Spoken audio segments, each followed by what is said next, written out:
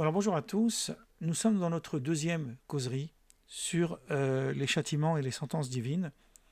Nous avions abordé à titre introductif dans la vidéo précédente, bon il y a quelques semaines déjà parce que j'ai eu un long moment d'absence, nous avions introduit le sujet à partir d'une compréhension globale de cette question. On a expliqué brièvement, je vais résumer juste en quelques minutes, que le génie, entre guillemets, du judaïsme et de la tradition juive ne se situe pas dans les textes eux-mêmes, qui sont sujets à caution.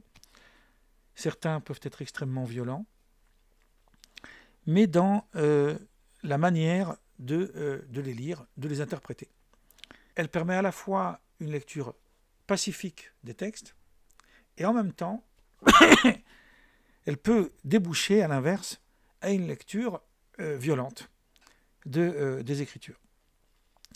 Lorsqu'on lit la Bible, alors pour les chrétiens et les juifs, l'Ancien Testament, c'est la même chose, y compris lorsqu'on lit le Nouveau Testament, et même lorsqu'on lit d'autres textes religieux, comme le Coran, etc., on peut s'apercevoir qu'il y a une sorte d'ambiguïté.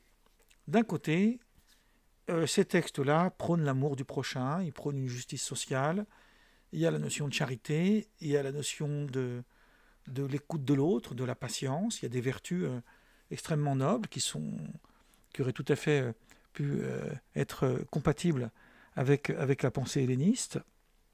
Et de l'autre, on a affaire à une divinité parfois très violente.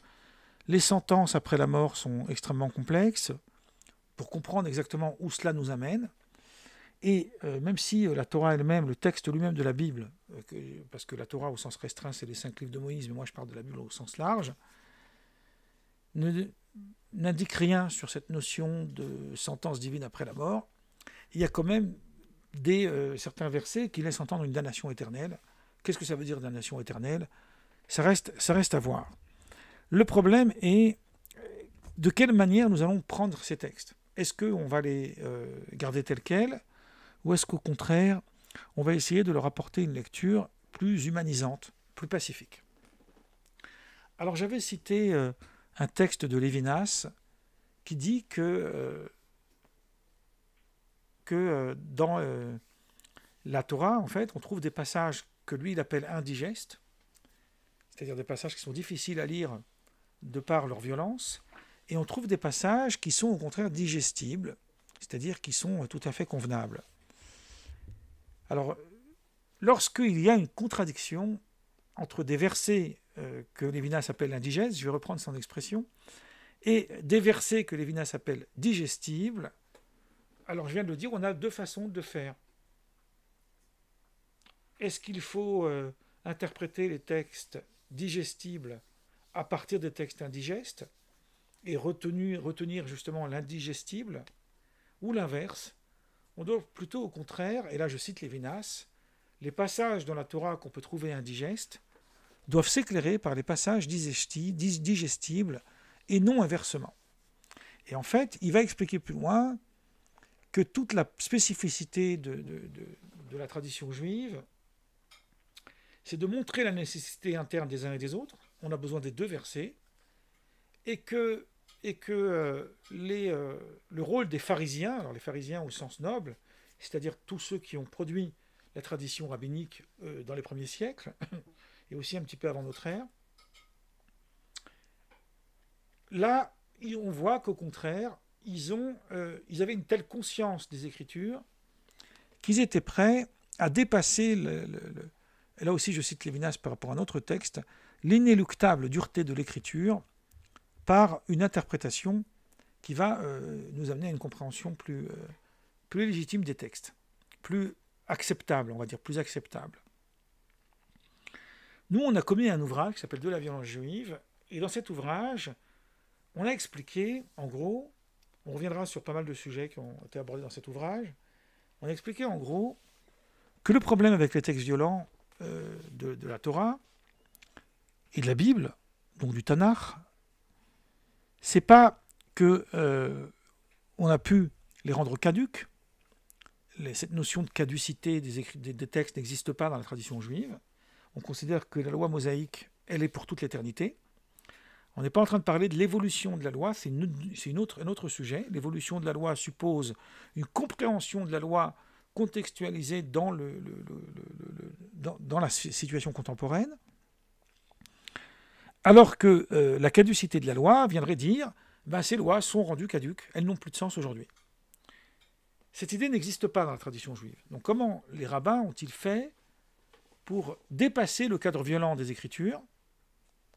Ils n'ont pas rendu caduques, ils n'ont pas annulé les textes violents, mais ils ont rendu les conditions d'application inapplicables. On va aborder plusieurs thématiques dans les semaines qui viennent pour expliquer qu'est-ce que ça veut dire les conditions d'application inapplicables, où ça nous amène. Là, pour le moment, je voudrais donner un exemple qui va en droite ligne de ce que dit Lévinas et en droite ligne de ce que j'essaie d'expliquer. C'est-à-dire il existe une autre manière qui, elle, est beaucoup plus pertinente que la simple idée de dire « oui, mais aujourd'hui, c'est plus valable ». Parce que dire qu'aujourd'hui, c'est plus valable, alors bien sûr, on est tous libres de choisir notre voie, on peut ne pas considérer ces textes comme étant une autorité pour nous, mais si on veut rester cohérent dans la logique des textes eux-mêmes, on ne peut pas dire que ces textes violents ne sont pas là. Donc on ne peut pas dire « oui, mais ça n'existe plus ». Il faut expliquer de quelle façon on a dépassé ce strict cadre de la violence. Alors moi, je voudrais donner un exemple qui se trouve dans les textes de Maïmonide. Vous savez que Maïmonide, on ne présente plus, au-delà de l'œuvre très connue du Guide des Égarés, le Moré Nevuchim ou le Guide des Perplexes, dans lequel il aborde la question de son rapport à la tradition d'un point de vue philosophique, puisqu'il essaye de réconcilier la foi et la raison. On pourrait plutôt dire les commandements et la raison, ce serait plutôt logique de le dire sous cet angle-là, d'un point de vue maïmonidien. Maïmonide a aussi écrit une œuvre gigantesque, qui est l'œuvre la plus importante après le Talmud pour la tradition juive, qui s'appelle le Mishneh Torah. C'est une œuvre en 14 volumes, dans lequel il résume l'intégralité de la tradition juive. Dans ce livre Mishneh Torah, qui est un livre donc où il aborde la compréhension de la loi, dans les lois de Shabbat, dans le 2e chapitre, Maïmonide écrit un texte qu'on va analyser. Il nous dit « Il est interdit d'hésiter à transgresser le Shabbat devant un malade en danger. Comme il est dit, l'homme qui pratique les lois de la Torah vivra en elle. » Alors, on traduit, dans les traductions, on trouve « obtient par elle la vie », mais c'est plus logique de traduire « Vechai bahem », il vivra en eux, mais je dis en elle parce que en hébreu, les lois, c'est les mitzvot, donc c'est masculin, c'est féminin, pardon. C'est féminin en hébreu, mais en français, c'est commandement, donc c'est masculin. Alors que la loi, c'est féminin d'un point de vue du français. Donc, il faut dire plutôt « Vechai bahem », il vivra en elle, c'est-à-dire, il vivra dans les lois de la Torah, par les lois de la Torah. Donc, il vivra en elle. La pratique des mitzvot, elle nous permet de vivre avec sa pratique, avec la pratique de la loi. La pratique de la loi permet la vie. Le Talmud, dans le traité Yoma, page 85, et d'autres endroits, Sanhedrin, etc., nous dit, alors j'ai commencé à citer Maïmonide, mais là je fais une petite incise. Il interprète le verset d'une façon différente que ce qu'on aurait pu l'imaginer immédiatement. On aurait pu imaginer que le verset est en train de me dire la Torah, c'est une félicité, ça apporte la vie à ceux qui pratiquent, puisqu'ils sont récompensés par Dieu. On pourrait en gros le dire comme ça. On trouve d'ailleurs à la fin du Deutéronome un verset similaire, puisque là-bas, là je vous ai cité Lévitique 18.5, dans le Deutéronome on trouve un verset similaire, puisque là-bas il est écrit « Je t'ai donné 2 chemins, celui de la vie et celui du bien et celui du mal, celui de la vie et celui de la mort, et tu choisiras la vie, c'est-à-dire que tu choisiras la loi. En pratiquant la loi, tu pratiques la vie. » Mais le Talmud l'interprète différemment. Alors il n'exclut pas cette interprétation, mais il l'interprète différemment. Et il dit, ici le verset est en train de nous dire que c'est sa condition même. Autrement dit, les lois de la Torah ont pour condition de sauvegarder la vie de celui qui la met en pratique. À partir de ce moment-là, aucune loi de la Torah n'est légitime si elle conduit à la mort. C'est le principe de Pekuach Nefesh. C'est-à-dire que la vie humaine, elle est plus importante que la pratique des mitzvot, des commandements. Je reviendrai sur ce sujet dans une autre causerie. C'est un sujet très vaste. Là, je vais me limiter à ce que dit Maïmonide. Donc je reprends ce que dit Maïmonide. Maïmonide nous dit « Il est interdit d'hésiter à transgresser le Shabbat devant un malade en danger. » Donc là, vous voyez, le Shabbat m'interdit de faire un travail, mais là, je suis obligé de le transgresser pour sauver un malade en danger. Par exemple, allumer le feu pour lui cuisiner à manger parce qu'il va mourir s'il ne mange pas tout de suite quelque chose, ou appeler le secours, enfin bref, tout ce qui est interdit le Shabbat. Et il va citer donc le verset du Lévitique 18.5, que je viens de vous dire, l'homme qui les pratique vivra en elle. Donc la condition de la pratique du Shabbat, c'est que ça doit amener la vie. Donc tu en retires, dit Maïmonide, de ce verset je déduis, donc l'interprétation que je viens de vous donner, mais sous cette forme, que les lois de la Torah ne sont pas une vengeance, mais sont miséricorde, générosité et paix pour le monde. Donc les mitzvot de la Torah ne sont pas là pour apporter la mort, ne sont pas là pour se venger, mais au contraire, c'est de la miséricorde, de la générosité, et elles sont là pour amener la paix. Donc Lévitique 18.5 nous indique que la pratique des mitzvot, la pratique des commandements de la Torah, a pour condition première de maintenir, ou en tous les cas de sauvegarder la vie. Si la vie est en danger, donc là il faut outrepasser les commandements. Et là, Maïmonide ajoute, quant à ces hérétiques qui prétendent l'inverse, qu'il est interdit de transgresser le Shabbat, même en cas de danger pour la vie, là je vais m'arrêter tout de suite pour expliquer, en fait, c'est quoi les clés du problème. Lévitique 18.5, l'homme qui pratique la Torah vivra avec les commandements, c'est un verset d'ordre général, c'est-à-dire qui parle de mitzvot en général. Pareil pour le Deutéronome, tu vivras en elle, vechai bahem, ça parle, en fait, tu choisiras la vie, pardon, ça parle de l'option générale. L'interdit de transgresser, de travailler de Shabbat, lo ya'aseh kol melacha, tu ne feras aucun travail le jour du Shabbat. Cet interdit-là, il parle du Shabbat spécifiquement. Donc nous avons ici une généralité et nous avons une spécificité. Le principe logique et herméneutique, ce serait de dire la spécificité prend le pas sur la généralité. Puisque la généralité elle est globale et que la spécificité elle est particulière, donc dans le cas particulier, c'est le cas particulier qui prime. Alors il y a des nuances à faire, mais c'est uniquement par rhétorique que je vous dis ça, pour vous amener à comprendre ce qui est l'enjeu en fait de ce propos. Ces hérétiques, entre guillemets, on les appelle des hérétiques ici, parce qu'ils contreviennent à l'interprétation classique. Ils ont une autre lecture. Eux, ils disent qu'il est interdit de transgresser le Shabbat, même en cas de danger pour la vie. Si tout de suite je m'arrête et que je me dise, mais sur quoi se fondent-ils?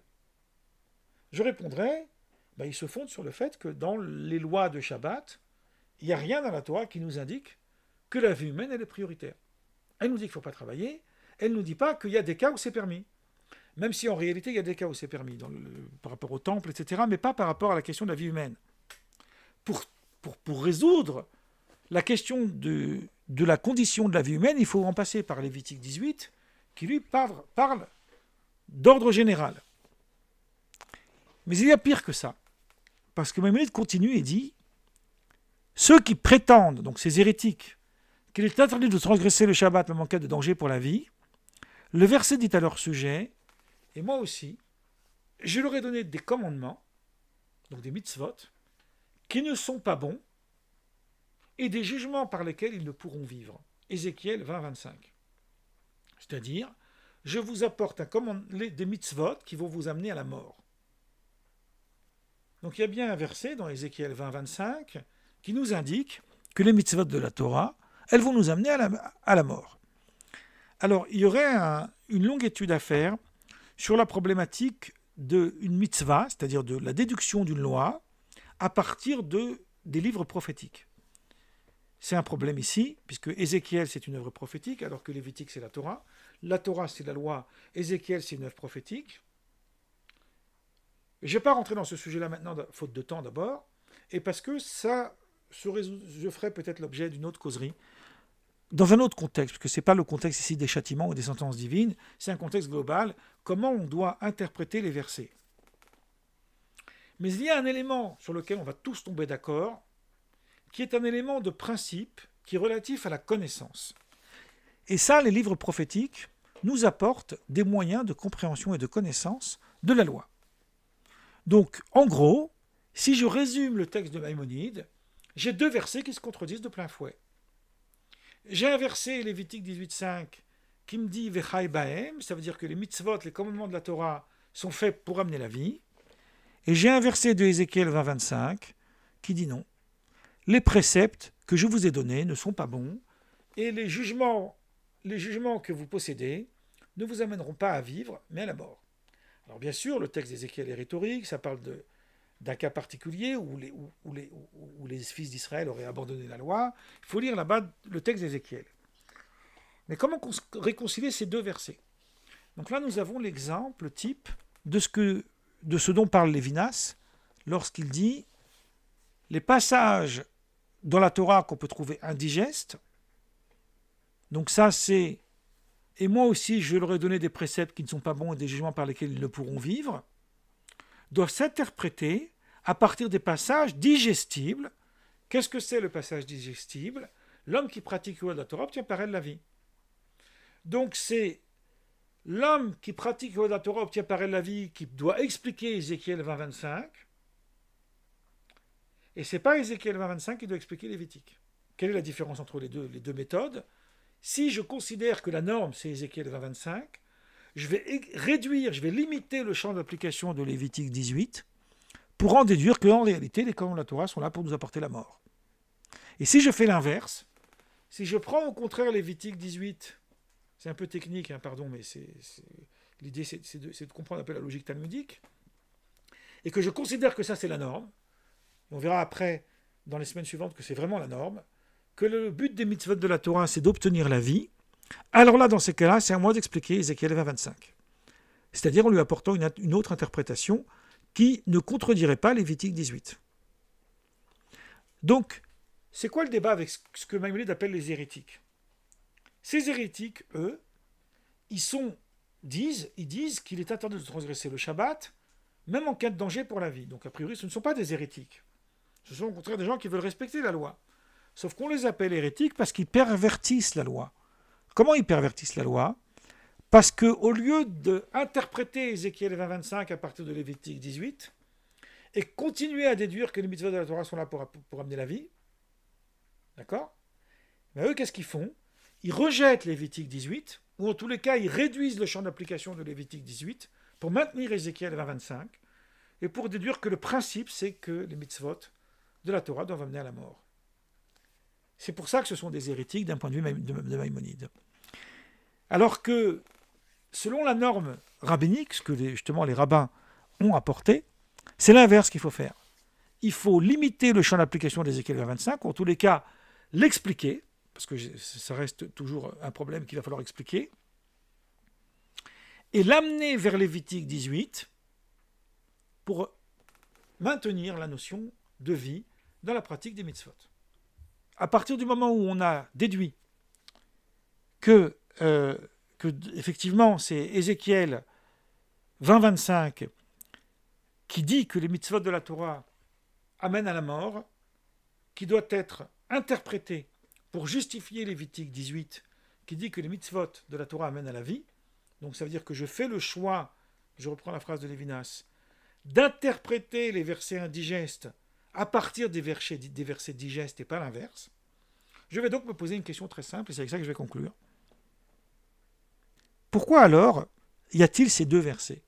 Comment se fait-il qu'il y a un verset qui nous dit que les mitzvot de la Torah sont là pour amener la vie, c'est pour ça qu'il faut transgresser le Shabbat pour sauver une vie humaine, et qu'un autre verset dans Ézéchiel nous dit au contraire, d'accord, que moi aussi je leur ai donné des préceptes qui ne sont pas bons et des jugements par lesquels ils ne pourront vivre.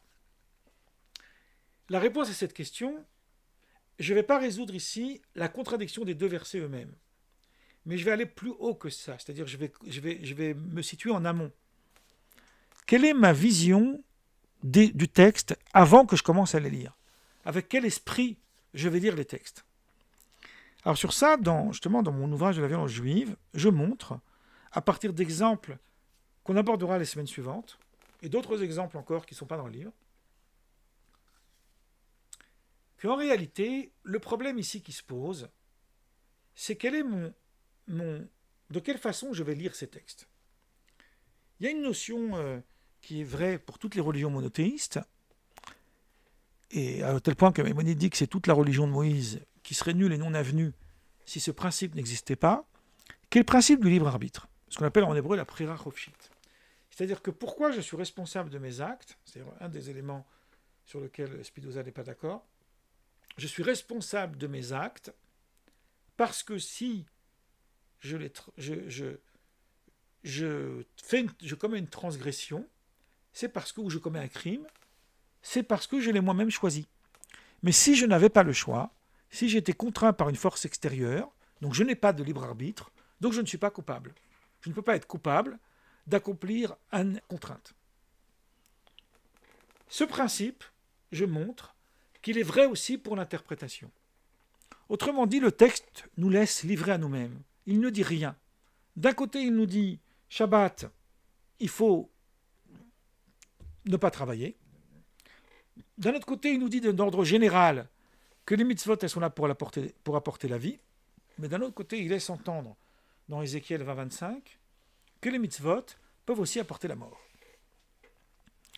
Il y a un passage du Talmud, là je vais y passer très vite parce qu'on a fini notre causerie, mais je l'analyserai dans une causerie à part, qui cite lui aussi deux versets contradictoires un peu dans le même sens. Et il dit, si l'homme il est méritant, la Torah pourra devenir pour lui un élixir de vie, un médicament, quelque chose qui lui apporte la santé, le bonheur.